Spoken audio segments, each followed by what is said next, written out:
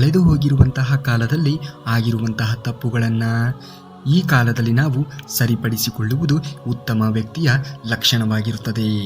ಯಾವ ಧರ್ಮ ಯಾವ ಕಡೆ ಇರುತ್ತದೆಯೋ ಆ ಧರ್ಮವೇ ಯಶಸ್ಸನ್ನು ಕಾಣುತ್ತದೆ. ಹಾಗಾಗಿ ನೀವು ಯಶಸ್ಸನ್ನು ಕಾಣಬೇಕು ಎನ್ನುವುದಾದರೆ ಧರ್ಮದಿಂದ ವರ್ತಿಸುವುದನ್ನು ಕಲಿತುಕೊಳ್ಳಬೇಕು. ಧರ್ಮಕ್ಕೆ ಅಪಾಯಗಳು ಹೆಚ್ಚು, ಹೆಜ್ಜೆ ಹೆಜ್ಜೆಗೂ ಕೂಡ ಕಷ್ಟಗಳೇ ಇರುತ್ತವೆ. ಆದರೂ ಕೂಡ ಕೊನೆಗೆ ಗೆಲ್ಲುವುದು ಧರ್ಮವೇ. ಹಾಗಾಗಿ ನಮ್ಮ ಬದುಕಿನಲ್ಲಿ ನಾವು ಪ್ರಾಮಾಣಿಕತೆಯಿಂದ ನಿಷ್ಠೆಯಿಂದ ಹೆಜ್ಜೆ ಹಾಕಿದಾಗ ಕಷ್ಟಗಳಾಗಲಿ ಸಂಕಷ್ಟಗಳಾಗಲಿ ನೋವುಗಳಾಗಲಿ ಬರುವುದು ಸಹಜ. ಹಾಗೆಂದು ನೀವು ನಿಮ್ಮ ಬದುಕನ್ನೇ ಚೆಲ್ಲಿ ಕೂತು ಬಿಟ್ಟರೆ ಏನೂ ಕೂಡ ನೀವು ಸಾಧನೆಯನ್ನು ಮಾಡಲು ಸಾಧ್ಯವೇ ಆಗುವುದಿಲ್ಲ. ಬಂದಿರುವಂತಹ ಎಲ್ಲ ಕಷ್ಟಗಳನ್ನು ಮೆಟ್ಟಿ ನಿಂತಾಗ ಧರ್ಮ ಹೇಗೆ ಕೊನೆಗೆ ಗೆಲುವನ್ನು ಸಾಧಿಸುತ್ತದೆಯೋ ಹಾಗೆಯೇ ನೀವು ಕೂಡ ನಿಮ್ಮ ಜೀವನದಲ್ಲಿ ಗೆಲುವನ್ನು ಸಾಧಿಸಲು ಸಾಧ್ಯವಾಗುವುದು. ನಾವು ಕೊಡಲಿಯಿಂದ ಮರವನ್ನು ಕಡಿದರೆ ಅದು ಮತ್ತೆ ಚಿಗುರುತ್ತದೆ. ಆದರೆ ಮಾತಿನಿಂದ ಕಡೆದಂತಹ ಮನಸ್ಸು ಯಾವತ್ತಿಗೂ ಕೂಡ ಚಿಗುರುವುದಿಲ್ಲ. ಹಾಗಾಗಿ ಮಾತಿಗೆ ಆ ಶಕ್ತಿ ಇದೆ. ಮಾತನಾಡುವ ಮುನ್ನ ಸ್ವಲ್ಪ ಯೋಚನೆಯನ್ನು ಮಾಡಿ. ನಾವು ಮಾತನಾಡುವಂತಹ ಮಾತಿನಿಂದ ಇನ್ನೊಂದು ಸಂಬಂಧಕ್ಕೆ ಹಾಳು ಆಗಲೇಬಾರದು, ಹಾಗೂ ಇನ್ನೊಂದು ಸಂಬಂಧಗಳಲ್ಲಿ ಬಿರುಕು ಎನ್ನುವುದು ಮೂಡಲೇಬಾರದು. ಮಾತಿಗೆ ಆ ಶಕ್ತಿ ಇರುವುದರಿಂದ ಮಾತನ್ನ ನೋಡಿ ಆಡಿ. ನಿನ್ನ ಒಂದು ಸ್ಥಾನವನ್ನ ನಿರ್ಣಯಿಸುವುದು ನಿನ್ನ ವರ್ತನೆಯೇ ಹೊರತು ಇತರರು ಹೊಗಳುವಂತಹ ಹೊಗಳಿಕೆಯಿಂದ ಅಲ್ಲವೇ ಅಲ್ಲ.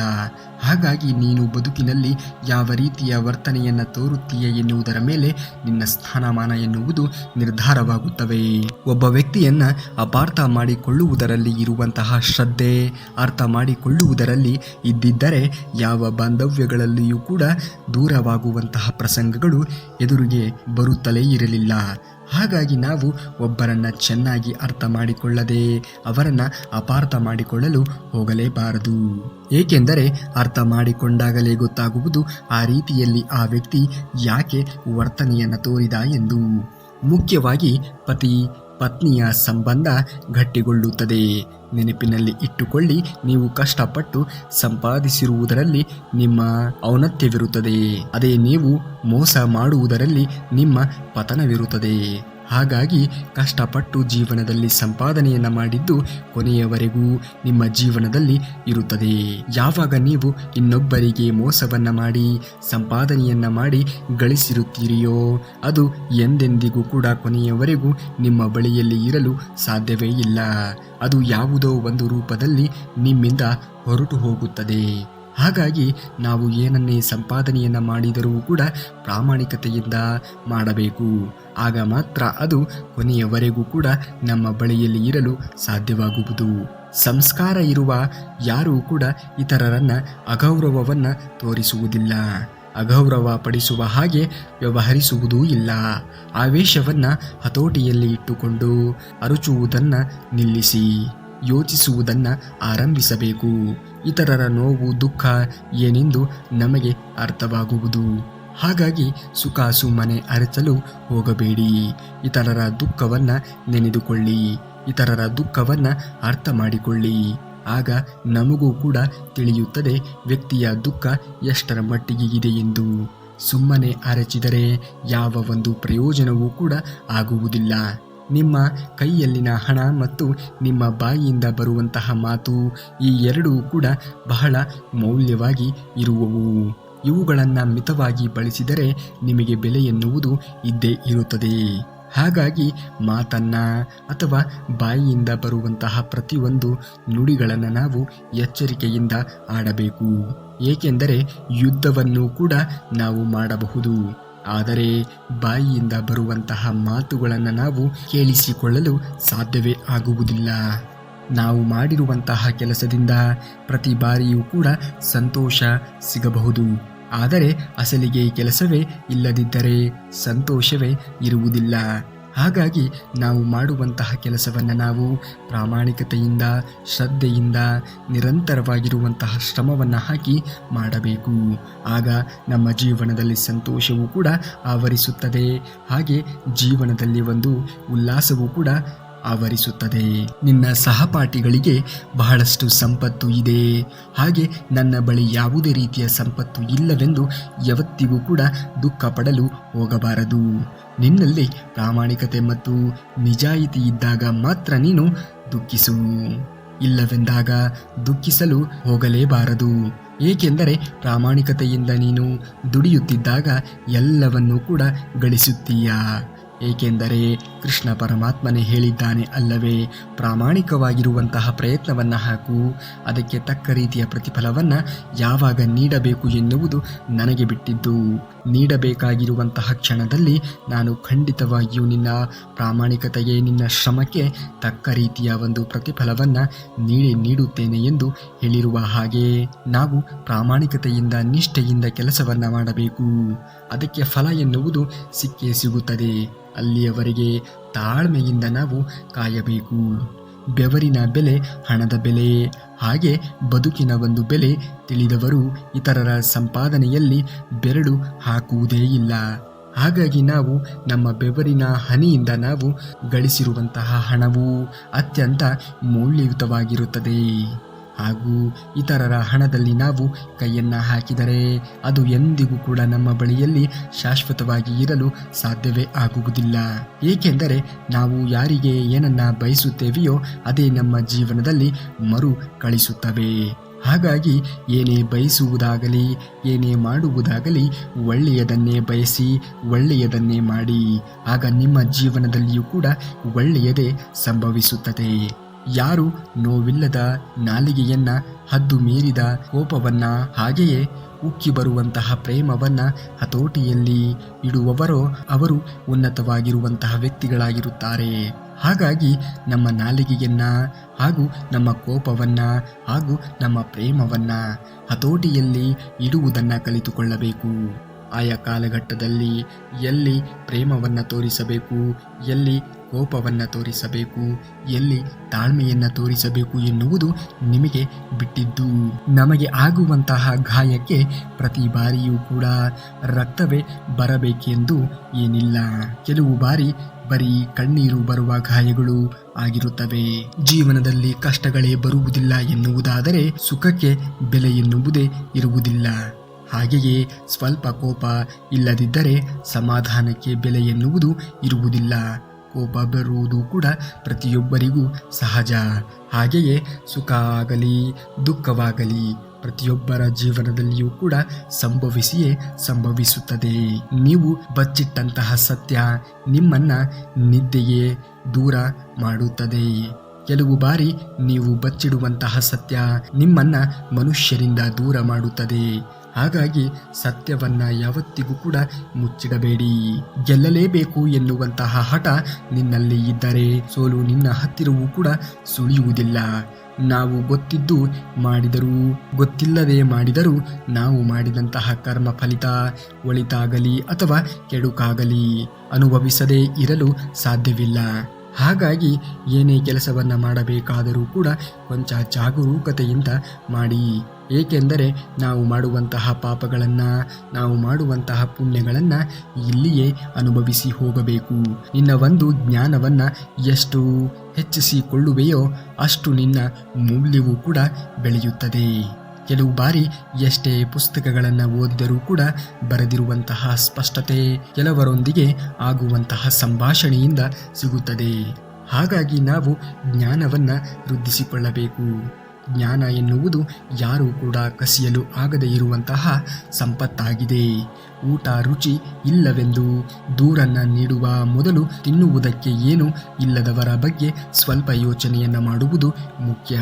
ಏಕೆಂದರೆ ಇಂದಿಗೂ ಕೂಡ ನಾವು ಎಷ್ಟೋ ಶತಮಾನಗಳನ್ನು ಕಳೆದರೂ ಕೂಡ ಎಷ್ಟೋ ಜನರಿಗೆ ಒಂದು ಹೊತ್ತಿನ ಊಟಕ್ಕೂ ಕೂಡ ಇಲ್ಲದಂತೆ ಒದ್ದಾಡುತ್ತಿದ್ದಾರೆ. ಅಂಥವರನ್ನ ನೆನೆದು ಊಟವನ್ನು ಮಾಡಿ. ಸುಖ ಸುಮ್ಮನೆ ರುಚಿ ಇಲ್ಲ, ಅದು ಇಲ್ಲ, ಇದು ಇಲ್ಲ ಎಂದು ದೂರುವುದನ್ನು ಮೊದಲು ಬಿಡಿ. ಅನ್ನ ಎನ್ನುವುದು ಯಾರಿಗೂ ಕೂಡ ಅಷ್ಟು ಸುಲಭವಾಗಿ ಸಿಗುವುದಿಲ್ಲ. ಪೆಟ್ಟು ತಿಂದಂತಹ ಹುಲಿ ಅವಕಾಶಕ್ಕೆ ಕಾಯುತ್ತಾ ಇರುತ್ತದೆ. ಹಾಗೆಯೇ ಜೀವನದಲ್ಲಿ ಸೋತಂತಹ ವ್ಯಕ್ತಿಯೂ ಕೂಡ ಹಠದಿಂದ ಲಕ್ಷ್ಯವನ್ನು ಸಾಧಿಸಿಕೊಳ್ಳಬೇಕು. ಆಗ ಮಾತ್ರ ನೀವು ಜೀವನವನ್ನು ಸುಸಂಗತವಾಗಿ ಕಳೆಯಲು ಸಾಧ್ಯವಾಗುವುದು. ಜೀವನದಲ್ಲಿ ಯಶಸ್ಸನ್ನು ಕಾಣಲು ಸಾಧ್ಯವಾಗುವುದು. ಪೆಟ್ಟು ಬೀಳುವುದು ಅಸಲಿಗೆ ಎಲ್ಲರಿಗೂ ಕೂಡ ಬಿದ್ದೇ ಬೀಳುತ್ತದೆ. ಆದರೆ ಆ ಪೆಟ್ಟು ಬಿದ್ದಾಗ ನಾವು ಹೇಗೆ ಪುಟಿದು ನಿಲ್ಲುತ್ತೇವೆ ಎನ್ನುವುದು ಬಹಳ ಮುಖ್ಯ. ಆಗಲೇ ನಿಮ್ಮ ಜೀವನ ಎನ್ನುವುದು ಬದಲಾವಣೆಯನ್ನು ಕಾಣಲು ಸಾಧ್ಯವಾಗುವುದು. ಒಬ್ಬರನ್ನ ವಿಮರ್ಶಿಸುವ ಮೊದಲು ನೀವು ಸರಿಯಾಗಿ ಇದ್ದೀರಿಯೋ ಅಥವಾ ಇಲ್ಲವೋ ಎನ್ನುವುದನ್ನು ನೋಡಿಕೊಳ್ಳುವುದು ಉತ್ತಮ, ತುಂಬ ಮುಖ್ಯವಾಗುತ್ತದೆ ಕೂಡ. ಏಕೆಂದರೆ ನೀವು ಒಬ್ಬರನ್ನ ವಿಮರ್ಶಿಸಿದರೆ ನಿಮ್ಮನ್ನ ವಿಮರ್ಶಿಸುವವರು 100 ಜನ ಇರುತ್ತಾರೆ. ಹಾಗಾಗಿ ನಾವು ಇನ್ನೊಬ್ಬರನ್ನ ವಿಮರ್ಶಿಸುವ ಮೊದಲು ನಮ್ಮಲ್ಲಿ ನಾವು ಪ್ರಶ್ನೆಯನ್ನ ಮಾಡಿಕೊಳ್ಳಬೇಕು. ಇತರರನ್ನ ವಿಮರ್ಶಿಸಲು ನಾವು ಎಷ್ಟು ಸರಿಯಾಗಿ ಇದ್ದೇವೆ ಎನ್ನುವ ಪ್ರಶ್ನೆಗೆ ಉತ್ತರ ಸಿಕ್ಕ ಮೇಲೆ ನೀವು ಇನ್ನೊಬ್ಬರನ್ನ ವಿಮರ್ಶೆ ಮಾಡಲು ಅರ್ಹರಾಗಿರುತ್ತೀರಾ. ಕಳೆದ ನಿನ್ನೆಗಿಂತ ತಿಳಿಯದ ನಾಳೆಗಿಂತ ಅಳೆಯುತ್ತಿರುವಂತಹ ಈ ದಿನ ಮೌಲ್ಯವಾಗಿರುತ್ತದೆ. ಹಾಗಾಗಿ ನಾಳೆಯ ಬಗ್ಗೆ ಆಗಲಿ ಕಳೆದು ಹೋಗಿರುವಂತಹ ನಿನ್ನೆಯ ಬಗ್ಗೆಯಾಗಲಿ ಯೋಚನೆಯನ್ನು ಮಾಡುತ್ತಾ ಕುಳಿತುಕೊಂಡರೆ ಏನೂ ಕೂಡ ಪ್ರಯೋಜನವಾಗುವುದಿಲ್ಲ. ಸಿಕ್ಕಿರುವಂತಹ ಈ ದಿನವನ್ನು, ಈ ಕ್ಷಣವನ್ನು ನಾವು ಮೌಲ್ಯಯುತವಾಗಿ ಬಳಸಿಕೊಂಡಾಗ ಮಾತ್ರ ನಾಳೆಯ ಬರುವಂತಹ ದಿನಗಳು ಕೂಡ ಉಜ್ವಲವಾಗಿ ಇರಲು ಸಾಧ್ಯವಾಗುವುದು. ನಿಮ್ಮ ಒಂದು ರಹಸ್ಯಗಳನ್ನು ಯಾವತ್ತಿಗೂ ಕೂಡ ಯಾರೊಂದಿಗೂ ಕೂಡ ಹೇಳಲೇಬಾರದು. ಏಕೆಂದರೆ ಅದು ನಿಮ್ಮನ್ನು ನಾಶ ಮಾಡುತ್ತದೆ. ನಮ್ಮ ವೈಯಕ್ತಿಕವಾಗಿರುವಂತಹ ರಹಸ್ಯಗಳನ್ನು, ಯಾರಿಗೂ ತಿಳಿಯದೇ ಇರುವಂತಹ ನಮ್ಮ ವೈಯಕ್ತಿಕವಾಗಿರುವಂತಹ ವಿಚಾರವನ್ನು 1000 ಬಾರಿ ಯೋಚನೆ ಮಾಡಿ ಇನ್ನೊಬ್ಬರ ಬಳಿಯಲ್ಲಿ ತೆರೆದು ಇಡಬೇಕು. ಏಕೆಂದರೆ ಆ ನಿಮ್ಮ ವಿಚಾರಗಳನ್ನೇ ಆ ವ್ಯಕ್ತಿಯು ನಿಮ್ಮ ದೌರ್ಬಲ್ಯವೆಂದು ತಿಳಿದುಕೊಂಡು ಕಂಡವರ ಬಳಿಯಲ್ಲಿ ನಿಮ್ಮ ವಿಚಾರಗಳನ್ನು ಹೇಳುತ್ತಾ ತಿರುಗಾಡಿದಾಗ ನಿಮ್ಮ ಮೌಲ್ಯ ಎನ್ನುವುದು ಕುಸಿದು ಹೋಗುವುದು. ನಿಮ್ಮ ಬಳಿ ಇರುವವರೆಗೂ ಅದು ರಹಸ್ಯವಾಗಿಯೇ ಉಳಿದಿರುತ್ತದೆ. ಯಾವಾಗಾದರೆ ಇತರರ ಕಿವಿಯಲ್ಲಿ ಬೀಳುತ್ತದೆಯೋ ಅದು ಅಪಹಾಸ್ಯವಾಗಿ ಮಾರ್ಪಾಡು ಆಗುತ್ತದೆ.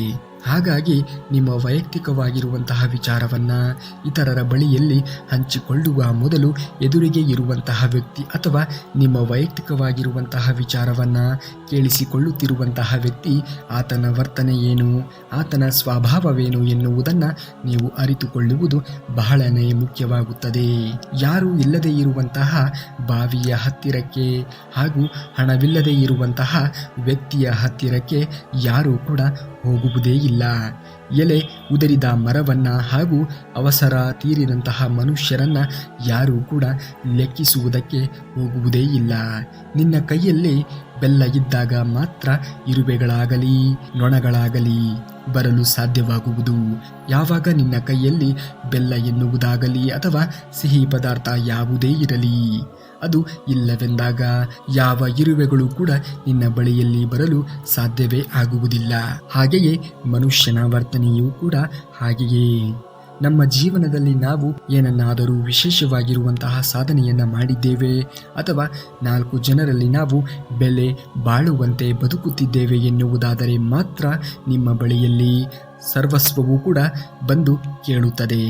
ಆದರೆ ಅದೇ ನೀವು ನಿಮ್ಮ ಬದುಕಿನಲ್ಲಿ ಎಲ್ಲವನ್ನ ಕಳೆದುಕೊಂಡಾಗ ಯಾರೂ ಕೂಡ ನಿಮ್ಮ ಬದುಕಿನಲ್ಲಿ ಸಹಾಯಕ್ಕಾಗಲಿ ಅಥವಾ ಕೊಂಚ ಮಾತನಾಡುವುದಕ್ಕೂ ಆಗಲಿ ಹಿಂದೆ ಮುಂದೆ ನೋಡುತ್ತಾರೆ. ನೀವು ಸಹಾಯವನ್ನ ಮಾಡುವಾಗ ಉಂಟಾಗಿ ಇರುವಂತಹ ಆನಂದಕ್ಕಿಂತ ನೀವು ಮೋಸ ಮಾಡಿದಾಗ ಉಂಟಾಗುವಂತಹ ಕೀಳರಿಮೆಯೇ ಜೀವನ ಪೂರ್ತಿ ನೆನಪಿನಲ್ಲಿ ಉಳಿಯುತ್ತದೆ. ಹಾಗಾಗಿ ಆದಷ್ಟು ನಿಮ್ಮ ಕೈಯಲ್ಲಿ ಸಹಾಯವನ್ನ ಮಾಡಲು ಆದರೆ ಮಾತ್ರ ಮಾಡಲು ಹೋಗಿ. ಆದರೆ ಮೋಸವನ್ನ ಎಂದಿಗೂ ಕೂಡ ಯಾರಿಗೂ ಮಾಡಲು ಹೋಗಲೇಬೇಡಿ. ಏಕೆಂದರೆ ಆ ಕೀಳರಿಮೆ ಎನ್ನುವುದು ನೀವು ಸಾಯುವವರೆಗೂ ಕೂಡ ನಿಮ್ಮ ಜೀವನದಲ್ಲಿ ಬಂದೇ ಬರುತ್ತದೆ. ನಾವು ಜೀವನದಲ್ಲಿ ಯಾವುದನ್ನು ಕೂಡ ಹೆಚ್ಚಾಗಿ ಆಶಿಸಬಾರದು. ನಮ್ಮ ಹಣೆ ಬರಹದಲ್ಲಿ ಏನಿರುತ್ತದೆಯೋ ಅದೇ ಆಗುವುದು. ಹಾಗಾಗಿ ಜೀವನದಲ್ಲಿ ಏನೇ ಸಂಭವಿಸಿದರೂ ಕೂಡ ಬಂದಿದ್ದೆಲ್ಲವನ್ನ ಬಂದಂತೆ ಸ್ವೀಕರಿಸುವಂತಹ ಮನೋಧೋರಣೆಯನ್ನು ನಾವು ಬೆಳೆಸಿಕೊಳ್ಳಬೇಕು. ಆಗ ಮಾತ್ರ ನಾವು ಜೀವನದಲ್ಲಿ ಯಶಸ್ಸನ್ನು ಕಾಣಲು ಸಾಧ್ಯವಾಗುವುದು. ದೇವರು ಕೆಲವೊಮ್ಮೆ ಕಷ್ಟಗಳನ್ನು ಹೆಚ್ಚಾಗಿ ಕೊಡುತ್ತಿದ್ದಾನೆ ಎನ್ನುವುದಾದರೆ ಆ ಕಷ್ಟಗಳಿಂದ ನಿನ್ನ ಜೀವನ ಎನ್ನುವುದು ಪರಿಪಕ್ವವಾಗುತ್ತಿದೆ ಎಂದು ಅರ್ಥವಾಗುವುದು. ಏಕೆಂದರೆ ದೇವರು ನಿಮ್ಮ ಜೀವನದಲ್ಲಿ ಏನನ್ನಾದರೂ ಒಳ್ಳೆಯದನ್ನ ಮಾಡುತ್ತಿದ್ದಾನೆ ಎನ್ನುವುದಾದರೆ ಮೊದಲು ನಿಮ್ಮ ಜೀವನದಲ್ಲಿ ನೀವು ಊಹೆಗೂ ಕೂಡ ಮಾಡಿರಲು ಸಾಧ್ಯವಾಗದೇ ಇರುವಂತಹ ಕಷ್ಟಗಳನ್ನು ಮೊದಲು ನೀಡುತ್ತಾನೆ. ತದನಂತರದಲ್ಲಿ ಆ ಕಷ್ಟದಿಂದ ನೀವು ಗೆದ್ದು ಬಂದರೆ ನೀವು ಊಹೆಯನ್ನು ಕೂಡ ಮಾಡಿರಲು ಸಾಧ್ಯವೇ ಆಗಿರದಷ್ಟು ಸಂಪತ್ತನ್ನಾಗಲಿ, ನೆಮ್ಮದಿಯನ್ನಾಗಲಿ, ಸಂತೋಷವನ್ನಾಗಲಿ ಕರುಣಿಸುತ್ತಾನೆ. ಹಾಗಾಗಿ ಜೀವನದಲ್ಲಿ ಬಂದಿರುವಂತಹ ಕಷ್ಟಗಳನ್ನು ನೀವು ಎದುರಿಸಿ ನಿಲ್ಲುವುದನ್ನು ಕಲಿಯಬೇಕು. ಕಷ್ಟ ಬಂದಾಗ ಹೆದರಿ ನಿಮ್ಮ ಜೀವನವನ್ನೇ ಅಥವಾ ನಿಮ್ಮ ಇಡೀ ಜೀವನವನ್ನೇ ಕಳೆದುಕೊಂಡರೆ ಅದಕ್ಕೆ ಅರ್ಥ ಎನ್ನುವುದೇ ಇರುವುದಿಲ್ಲ. ಹಾಗಾಗಿ ನೀವು ಪರಮಾತ್ಮನ ವಿಶ್ವಾಸವನ್ನು ಗಳಿಸಬೇಕು ಎನ್ನುವುದಾದರೆ ಪರಮಾತ್ಮ ಈಗ ನಿಮ್ಮ ಬದುಕಿನಲ್ಲಿ ಕೊಟ್ಟಿರುವಂತಹ ಕಷ್ಟಗಳನ್ನು ನೀವು ನಿಷ್ಠೆಯಿಂದ ಎದುರಿಸಬೇಕು ಹಾಗೂ ಪರಮಾತ್ಮನ ಒಂದು ವಿಶ್ವಾಸವನ್ನು ನೀವು ಗಳಿಸಬೇಕು. ಹಣ ಇರುವಷ್ಟು ದಿನ ಕೆಲವರಿಗೆ ಕಣ್ಣುಗಳು ಅವಕಾಶದ ಕಡೆಗೆ ಇರುತ್ತದೆ. ಆಗ ಅವರಿಗೆ ನಾವು ಕಾಣಿಸುವುದೇ ಇಲ್ಲ. ಆದರೆ ಎಂದೋ ಒಂದು ದಿನ ಕಾಲ ಎನ್ನುವುದು ಅವರ ಕಣ್ಣುಗಳನ್ನು ಕೆಳಗೆ ಇಳಿಸುತ್ತದೆ. ಆಗ ಎಲ್ಲರೂ ಕೂಡ ನೆನಪಾಗುತ್ತಾರೆ. ನೀವು ಮಾಡಿರುವಂತಹ ತಪ್ಪು ಎಷ್ಟೇ ದೊಡ್ಡದಾಗಿ ಇದ್ದರೂ ಕೂಡ ಪ್ರಾಮಾಣಿಕತೆಯಿಂದ ಒಪ್ಪಿಕೊಳ್ಳಿ. ಹಾಗೆಯೇ ನೀವು ಕೊಟ್ಟಿರುವಂತಹ ಮಾತು ಎಷ್ಟೇ ಚಿಕ್ಕದಾಗಿ ಇದ್ದರೂ ಕೂಡ ಆ ಮಾತನ್ನು ಉಳಿಸಿಕೊಳ್ಳುವುದಕ್ಕೆ ಪ್ರಯತ್ನವನ್ನ ಪಡಿ. ಪ್ರಾಮಾಣಿಕತೆಯನ್ನ ಯಾವಾಗಲೂ ಕೂಡ ಬಿಟ್ಟು ಕೊಡಬಾರದು. ಇತರೆ ವ್ಯಕ್ತಿಗಳನ್ನ ಮೆಚ್ಚಿಸುವಂತಹ ಪ್ರಯತ್ನವನ್ನ ಎಂದಿಗೂ ಕೂಡ ಮಾಡಬೇಡಿ. ಏಕೆಂದರೆ ಎಲ್ಲರನ್ನ ಮೆಚ್ಚಿಸಿ ನಾವು ಬದುಕುತ್ತೇವೆ ಎನ್ನುವುದು ಅಸಾಧ್ಯವಾಗಿರುವಂತಹ ಮಾತು. ಇಲ್ಲಿ ಯಾರೂ ಕೂಡ ಯಾರನ್ನು ಮೆಚ್ಚಿಸಲು ಸಾಧ್ಯವೇ ಆಗುವುದಿಲ್ಲ. ಮೆಚ್ಚಿಸುತ್ತಾ ಬದುಕುತ್ತೇವೆ ಎನ್ನುವುದು ಕೇವಲ ನಾವು ಅಂದುಕೊಳ್ಳುವಂತಹ ಮಾತಾಗಿದೆ ಅಷ್ಟೇ. ಇಲ್ಲಿ ಯಾರನ್ನು ಯಾರೂ ಕೂಡ ಮೆಚ್ಚಿಸಲು ಅಸಾಧ್ಯ. ನೀವು ಮೆಚ್ಚಿಸಲು ಜೀವನವನ್ನ ಮಾಡಬೇಡಿ, ನಿಮ್ಮ ತೃಪ್ತಿಗೋಸ್ಕರ ಜೀವನವನ್ನ ಮಾಡಿ. ಆ ಪರಮಾತ್ಮನು ಮೆಚ್ಚುವಂತೆ ಜೀವನವನ್ನ ಮಾಡಿದರೆ ಎಲ್ಲವೂ ಕೂಡ ದೊರೆಯುತ್ತದೆ. ಏಕೆಂದರೆ ಪರಮಾತ್ಮನ ಆಶೀರ್ವಾದವನ್ನ ನೀವು ಗಳಿಸಿದ್ದೇ ಆದರೆ ಜೀವನದಲ್ಲಿ ಬರುವಂತಹ ಅದೆಂತಹ ಕಷ್ಟವೇ ಆಗಲಿ, ನೋವೇ ಆಗಲಿ ಅಥವಾ ಸಂಕಷ್ಟವೇ ಆಗಲಿ ಎಲ್ಲವನ್ನ ಎದುರಿಸುವಂತಹ ತಾಳ್ಮೆ, ಶ್ರದ್ಧೆ, ಮೌಲ್ಯಗಳನ್ನು ಆ ದೇವರು ಖಂಡಿತವಾಗಿಯೂ ನಿಮಗೆ ಕರುಣಿಸಿಯೇ ಕರುಣಿಸುತ್ತಾನೆ. ಭವಿಷ್ಯತ್ತಿನ ಮೇಲೆ ಭಯವಿರಬೇಕು. ಜೀವನದ ಬಗ್ಗೆ ಜಾಗೃತಿ ಎನ್ನುವುದು ಇರಬೇಕು. ಈ ಎರಡು ಇಲ್ಲದಿದ್ದರೆ ಕುಳಿತು ತಿಂದರೂ ಕೂಡ ಕರಗದೇ ಇರುವಷ್ಟು ಆಸ್ತಿಯಾದರೂ ಇರಬೇಕು. ಹಾಗಾಗಿ ನಮ್ಮ ಭವಿಷ್ಯದ ಮೇಲೆ ಭಯ ಎನ್ನುವುದು ಇರಲಿ. ಜೀವನದ ಬಗ್ಗೆ ಜಾಗೃತಿ ಇರಲಿ. ನಾವು ಏನನ್ನ ಮಾಡುತ್ತಿದ್ದೇವೆ, ನಾವು ಮಾಡುತ್ತಿರುವಂತಹ ಕೆಲಸಗಳಿಂದ ನಮ್ಮ ಭವಿಷ್ಯದ ಮೇಲೆ ಯಾವ ರೀತಿಯ ಪರಿಣಾಮವನ್ನು ಬೀರುತ್ತದೆ ಎನ್ನುವ ಸಣ್ಣ ಅರಿವನ್ನು ಇಟ್ಟುಕೊಂಡು ಜೀವನವನ್ನು ಮಾಡಿ. ಆಗ ಎಲ್ಲವೂ ಕೂಡ ಸುಸಂಗತವಾಗಿ ಸಾಗುತ್ತದೆ. ನಮ್ಮ ಜೀವನದಲ್ಲಿ ಕೆಲವು ಕಹಿ ಘಟನೆಗಳ ಬಗ್ಗೆ ನಾವು ಯೋಚನೆಯನ್ನು ಮಾಡುತ್ತಾ ಕುಳಿತುಕೊಳ್ಳಬಾರದು. ಏಕೆಂದರೆ ನಡೆದಿರುವಂತಹ ಕಹಿ ಘಟನೆಯನ್ನೇ ನೆನೆಯುತ್ತಾ ಕುಳಿತುಕೊಂಡರೆ ನಾವು ಯೋಚನೆಗೆ ಒಳಗಾಗಬೇಕಾಗುತ್ತದೆ. ನಡೆದಿರುವಂತಹ ಘಟನೆಯಿಂದ ನಾವು ಹೊರಬಂದು ಜೀವನದಲ್ಲಿ ಆ ಘಟನೆಯಿಂದ ಕಲಿತಿರುವಂತಹ ಪಾಠವನ್ನು ನೆನಪಿನಲ್ಲಿ ಇಟ್ಟುಕೊಳ್ಳಬೇಕು. ಮುಂದೆ ಅಂತಹ ಘಟನೆಗಳಾಗಲಿ ಅಂತಹ ಸಂದರ್ಭಗಳಾಗಲಿ ಎದುರಿಗೆ ಬರದೇ ಇರುವ ರೀತಿಯಲ್ಲಿ ನೋಡಿಕೊಳ್ಳಬೇಕು. ಆಗ ಮಾತ್ರ ಜೀವನದಲ್ಲಿ ಯಶಸ್ಸನ್ನು ಕಾಣಲು ಸಾಧ್ಯವಾಗುವುದು. ಕೃಷ್ಣ ಹೇಳಿರುವಂತಹ ಪಾಠವನ್ನು ನೀವು ಆಲಿಸಿದ್ದೇ ಆದರೆ ಬದುಕಿನಲ್ಲಿ ಉನ್ನತವಾಗಿರುವಂತಹ ಸ್ಥಾನವನ್ನು ಏರಲು ಸಾಧ್ಯವಾಗುವುದು. ಏಕೆಂದರೆ ಕೃಷ್ಣನು ಹೇಳಿರುವಂತಹ ಎಲ್ಲ ಮಾತುಗಳು ಕೂಡ ಮೌಲ್ಯವನ್ನು ಹೊಂದಿರುತ್ತವೆ. ಕೃಷ್ಣನನ್ನ ನಂಬಿದವರಿಗೆ ಎಂದಿಗೂ ಕೂಡ ಅಪಜಯ ಆಗಲು ಸಾಧ್ಯವೇ ಇಲ್ಲ. ಹಾಗಾಗಿ ಕೃಷ್ಣನನ್ನ ಆದಷ್ಟು ನಂಬಿ. ನಿಮ್ಮ ನೋವಿನ ಸಂದರ್ಭಗಳಲ್ಲಿ ಇನ್ನೇನು ನಮ್ಮ ಜೀವನ ಮುಗಿದೇ ಹೋಯಿತು ಎಂದು ಅನಿಸಿದಾಗ ನಿಮ್ಮ ನೋವುಗಳನ್ನು ಕೃಷ್ಣ ಪರಮಾತ್ಮನಲ್ಲಿ ಹೇಳಿಕೊಳ್ಳಿ. ಏಕೆಂದರೆ ಆತನು ಅಳುತ್ತಾ ಯಾರು ಆತನ ಬಳಿಯಲ್ಲಿ ಮಾತನಾಡುತ್ತಾರೆಯೋ ಅವರಿಗೆ ಬಹುಬೇಗನೆ ಸ್ಪಂದಿಸುವಂತಹ ಕೆಲಸವನ್ನ ಮಾಡುತ್ತಾನೆ. ನೀವೇನಾದರೂ ಕೃಷ್ಣ ಪರಮಾತ್ಮನ ಭಕ್ತರಾಗಿದ್ದರೆ ಕೂಡಲೇ ಈ ವಿಡಿಯೋಗೆ ಒಂದು ಲೈಕನ್ನು ಮಾಡಿ ಹಾಗೂ ಕೃಷ್ಣ ಪರಮಾತ್ಮನ ವಚನಾಮೃತವನ್ನು ಪ್ರತಿದಿನವೂ ಕೂಡ ಆಲಿಸಲು ಅಥವಾ ಕೇಳಿಸಲು ನಮ್ಮ ಚಾನಲ್ನ ತಪ್ಪದೇ ಸಬ್ಸ್ಕ್ರೈಬ್ ಮಾಡಿಕೊಳ್ಳಿ. ಮುಂದಿನ ವಿಡಿಯೋದಲ್ಲಿ ಸಿಗುವವರೆಗೂ ಧನ್ಯವಾದ. ಕರುನಾಡಿಗೆ.